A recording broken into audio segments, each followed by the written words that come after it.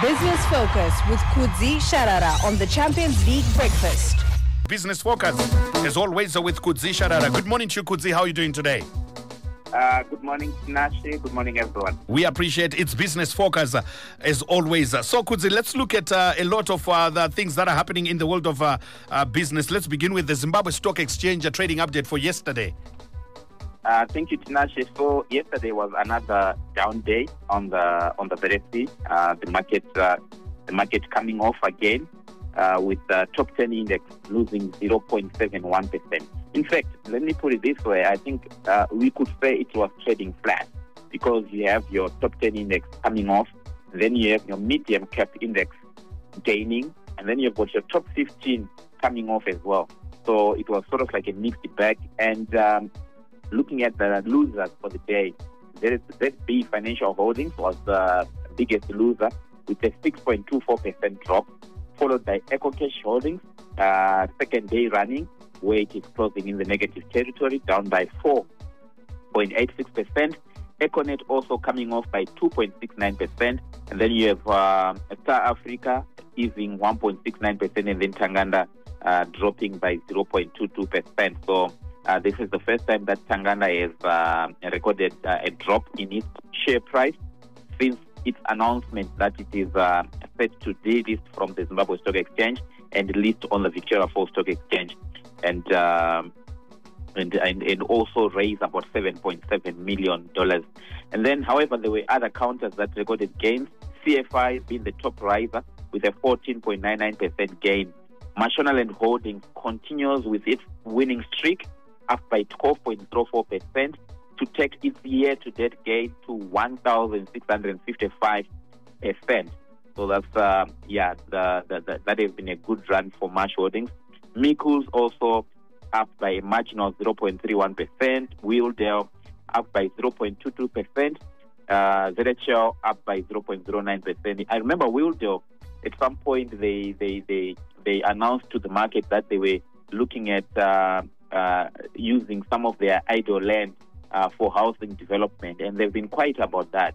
So hopefully, if the executives are listening, maybe it's time that they give the market an update in terms of where they are with regards using some of their idle land for residential development. So that's Wheeldale there.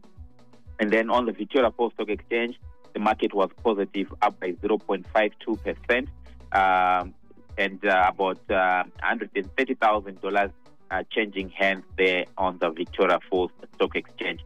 And that's how the markets were performing yesterday. All right, Kudzie, thank you so much for that. Before we move on to the next subject, there is a question coming up from Muzina Mshonga, who says there have been reports of widespread retrenchment and company closures. Is this true, and can this be attributed by current volatility?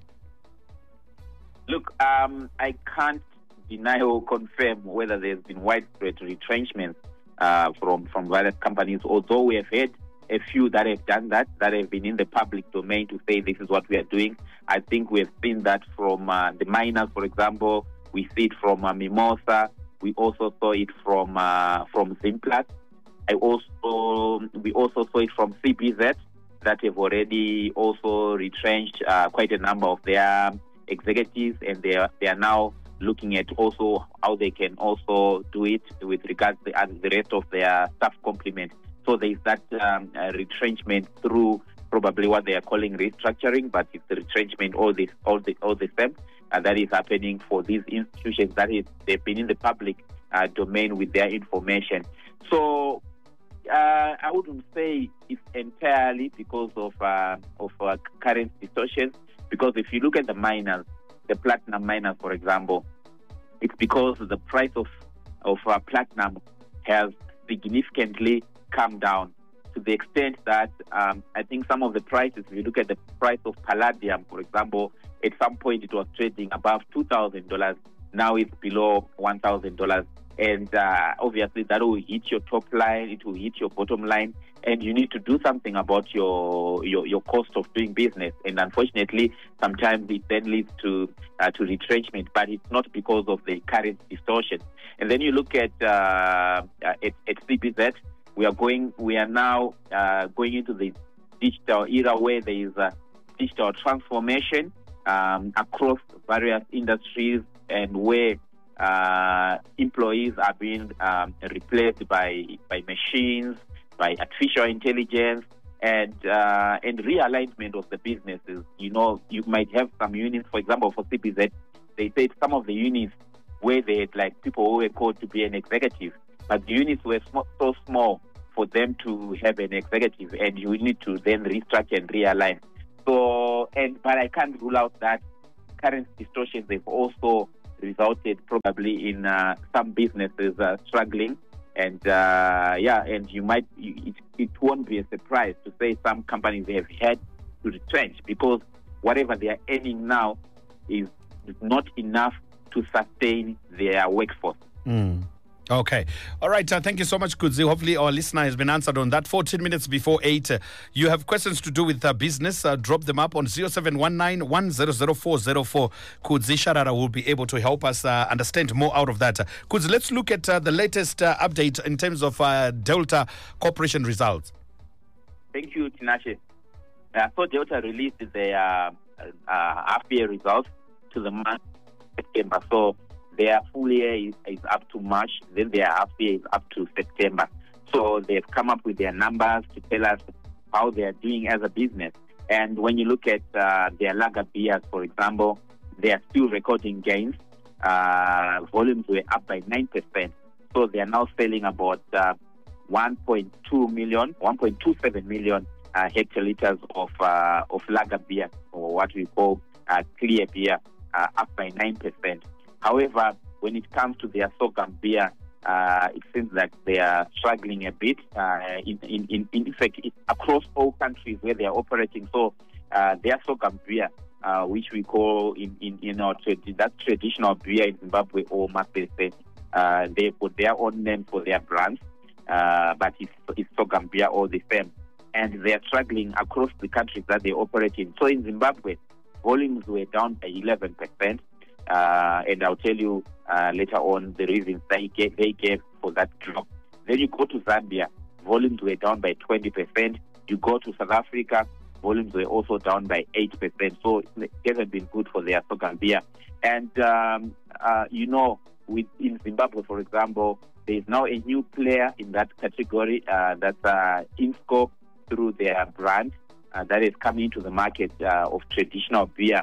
And obviously, it might have taken some market share from Delta, but management at Delta were not quick to admit that it is this particular new entrant that has come in, but they are blaming it on other illicit alcohol that is coming to the country. One that they mentioned is the popular Kambwa, which they believe that is also, because it's cheap, it's also taking market share away from their sorghum beer volumes. Also, I think the drought so contributed, because sorghum beer is also consumed in the rural areas, and because of the drought, so the purchasing power for those in the rural areas might have been lower than before, and it affects the volume. So these are some of the reasons they gave. In some market instances, they are also giving away market share because they cannot supply certain distributors, for example, wholesalers or formal retail stores, because of the issues of currency distortions that are used in these formal stores are supposed to use the official rate, and they are also they are largely paying in ZiG, and they are facing competition from the so-called tax shops and the informal sector. And Delta at some point is having to make a decision to say, should we continue to supply this formal retailer, and yet we are losing value from our products that we are selling to this particular one. And in some instances, they then have to decide to say, no, let's not supply this particular retail outlet or wholesaler. And obviously, it means you are giving up market share. You are giving up shelf space to your competitor. And this is what is also maybe probably leading to that drop in volume. Okay. And then for the soft, let's go, Kudzie. Yeah, for the soft drink business, volumes were actually up in Zimbabwe, up by 10%. That's for the sparkling, what they call sparkling beverages. But this is in Zimbabwe, Thomas, they are soft drinks. And despite the coming in of a big competitor in the form of Varan, which does the Pepsi brands and the like, Delta is still selling more than they were selling in prior years. So as much as the market share has come off, I think their market share has come down significantly there. But in terms of the volume that they are selling, they are still selling more than they were doing prior year. So for sparkling beverages, Delta's market share is now, according to them, is now at 64%. But in terms of the volume that they are selling, they are still selling more than they were selling in the last 5 years. So that's an interesting analysis there, where their volumes for this particular period we are talking about are the highest since 2021. So you can see that they are still growing, despite the fact that there are other players that is coming into that space. All right, Kudzie, let's take a break. When we come back, we get to discuss more on the subject that we left hanging yesterday in terms of the labor force report.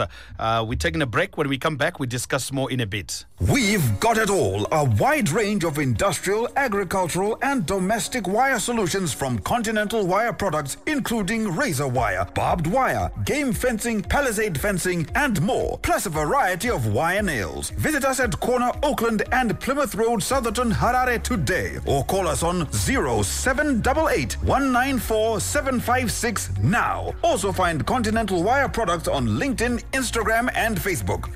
Continental Wire products, the ultimate in fencing. Business Focus with Kudzie Sharara on the Champions League Breakfast. Welcome back to Business Focus, as always, with Kudzie Sharara. So yesterday, Kudzie, we left it hanging. The labor force survey. What's the update? Let's talk about it. Thank you, Tinashe. So yes, Zimbabwe released the labor force survey for the period under review, and it's been there were interesting numbers that they shared with regards. This is for the third quarter of 2024. So they've got numbers that they are comparing the first quarter of 2024 versus the third quarter of 2024.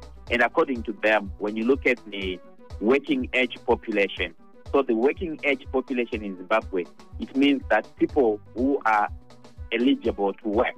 So this is anyone who is 16 years and above is known as to be part of the working age population. And according to the numbers, the working age population in Zimbabwe is actually coming off from 8.61 million to 8.58 million. So there was a drop there. And then you look at what is known as the labor force, which is again a labor force for these are people who are under who are 16 years and above as well. There was also a drop in that labor force from 4.1 million to 4 million. So again, there was a drop, and the labor force participation rate was down from 48% to 47.6%. 47.6%.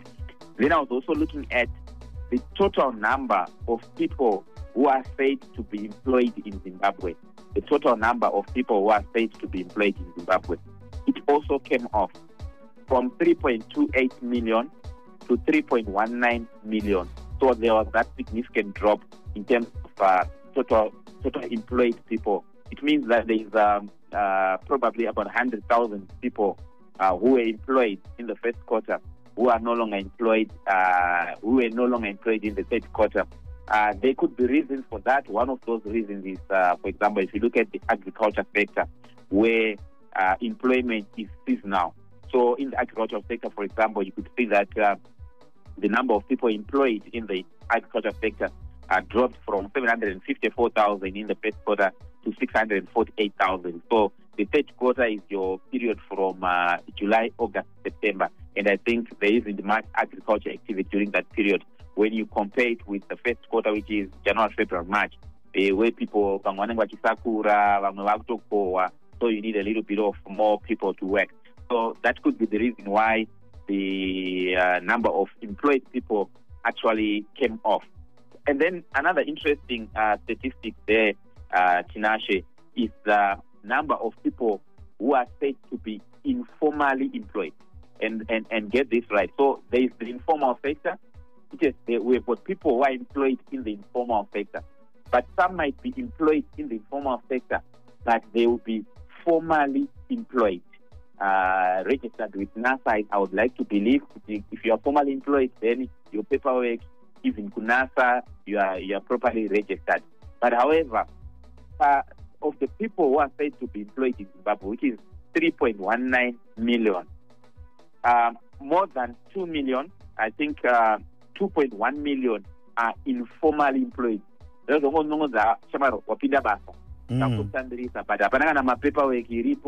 not registered even to NASA. Nobody knows you, NASA. Other contributions donate to Zimbabwe, maybe pay as UN. All these taxes and NASA contributions, nobody knows about you. So you are informally employed, even though you are going to work. So 2.1 million people of those 3.1 million people are informally employed. And then when you look at those who are employed in the informal sector, there are about 2.7 million people who are employed in the informal sector. So the informal sector remains the biggest employer in Zimbabwe. And then another statistic that I want to look at is to say distribution of employed population in the informal sector. To say in that informal sector, in which sectors are these people working? So you find that most people are employed in the wholesale and retail trade. That's where most people, about 32%, are employed in the wholesale and retail trade. And then followed by agriculture, about 25%, mining, 12%, manufacturing, 8%. So this is how Zimbabweans are employed in the informal sector. Those are the sectors that employ more people. And the last number I want to share there, Tinashe, maybe before allowing for questions, is which sector is paying more in Zimbabwe. So there's what they call the average income for employed persons by industry. To say which sector is the biggest or the best payer in Zimbabwe. So I'm not sure if you can guess. Maybe you want to guess, Tinashe, which sector do you think is the best employer in terms of better salaries or average income? You have put me on the spotlight on that one. The listeners can also help you. Yeah. Okay, pause the question one more time. Yeah, so which sector do you think is the best payer in terms of salaries, income within any industry in Zimbabwe? Which industry do you think pays better than any other industry? Some answers are coming on WhatsApp. Others are saying that the motor industry, the telecoms industry, and the beer industry, the mining sector. Those are some of I think those are some of that. Because of time, so because of time, I was just going to give you the answer, and it was also a surprise to me. So, but after seeing it and then thinking about it, I said, that could be true. So the real estate sector, that's the best paying sector at the moment. And we have seen the construction, the housing developments that are taking place. I think maybe. So they are paying on average 18,346 ZiG, which is roughly 500 US using the parallel market rate. Roughly 500 US. So that's the average. And it's the real estate sector, followed by the financial services sector. And then you've got your electricity sector. And then, so that's the best paying sector, the real estate sector. All right, Kudzie, more questions are coming through in terms of that labor force report. But unfortunately, our time is up for today. We discuss more. We just pin some of those messages and questions for tomorrow. Thank you so much for today. We appreciate. Thank you, Tinashe. Business Focus with Kudzie Sharara on the Champions League Breakfast.